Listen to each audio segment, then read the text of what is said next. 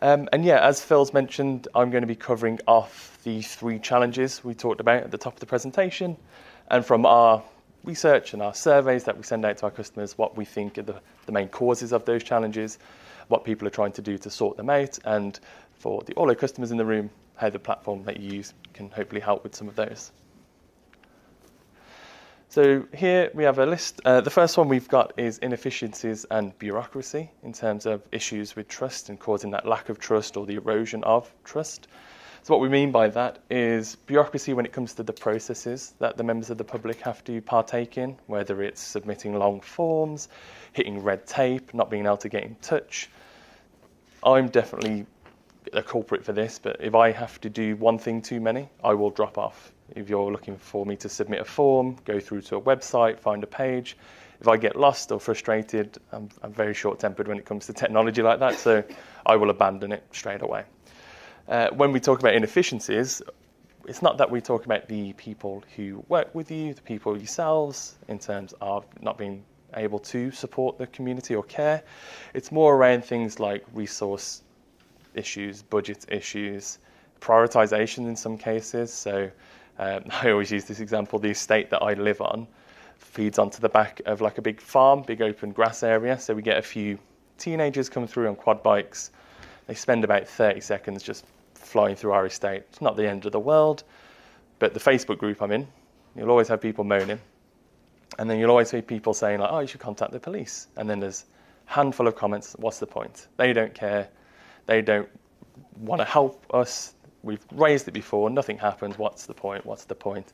And you kind of sit in that echo chamber of people like with a lack of trust in that organisation, bouncing off each other, and that slowly bleeds out into the rest of the group then. When you sit there for a minute and you think, it's not that they don't care, they've just got more pressing issues than trying to get to my house where the people causing the noise have already left. It was 20 seconds of a problem, move on. But you'd be surprised, you're probably all aware of like the things that happen in Facebook groups and conversations are a little bit, yeah, I'll say no more on that.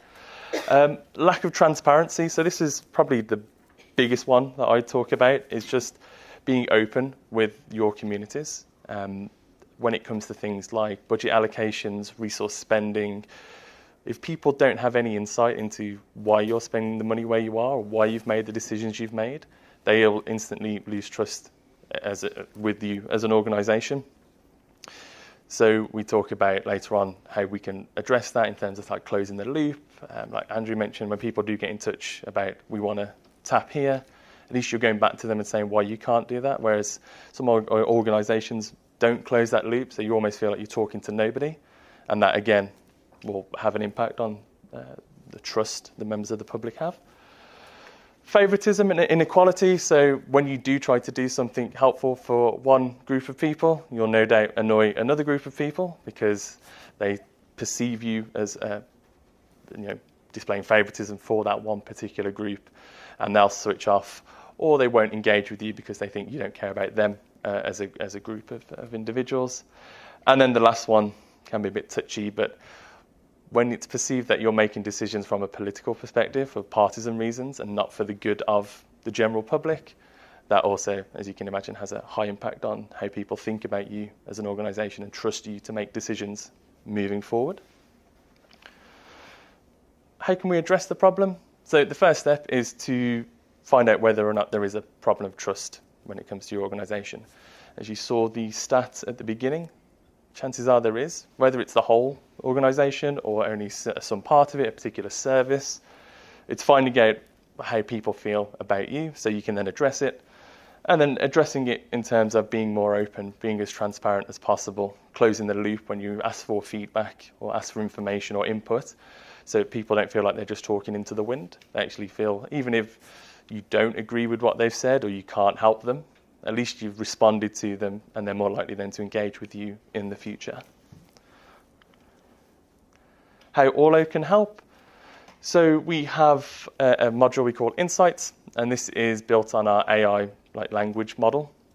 So we will detect sentiment, emotion, build SWOT analysis, and create themes based on the messaging that you've received, whether it's messaging on your social channels, Facebook, Twitter, your comments and DMs.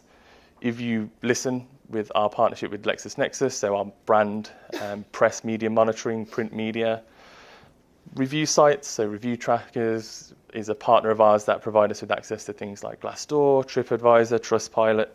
All of that data will pull in to the platform and then run reports on it. So you can very quickly get an idea of what are people talking about when they refer to us or talk to us directly, and what are the key themes within that group of messaging that relates to anger, confusion, disappointment, annoyance, and then use that to focus on those areas of yourselves as organisations and those services that you provide that might be problem areas that you can hopefully address. We also have surveys within the platform, so when you do have a conversation within our inbox, you get the option to send a survey at the end of that. We have them in several formats, so you have CSAT and MPS and an emoji version of the CSAT survey.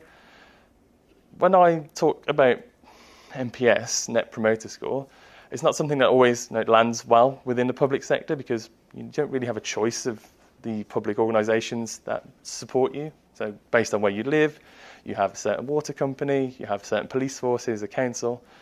But the format of this can be used for anything that you require. So if you think about it, it's really just asking a question, getting a score, and then maybe asking for a comment at the end as well.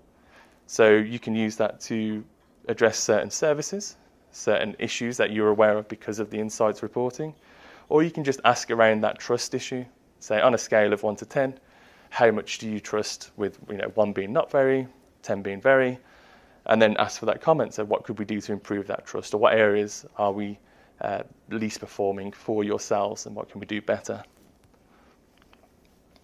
And then finally, just mentioning that again, review trackers. So putting all of that into the inbox from a whole list of reviews that you can respond to directly within the platform where it's supported.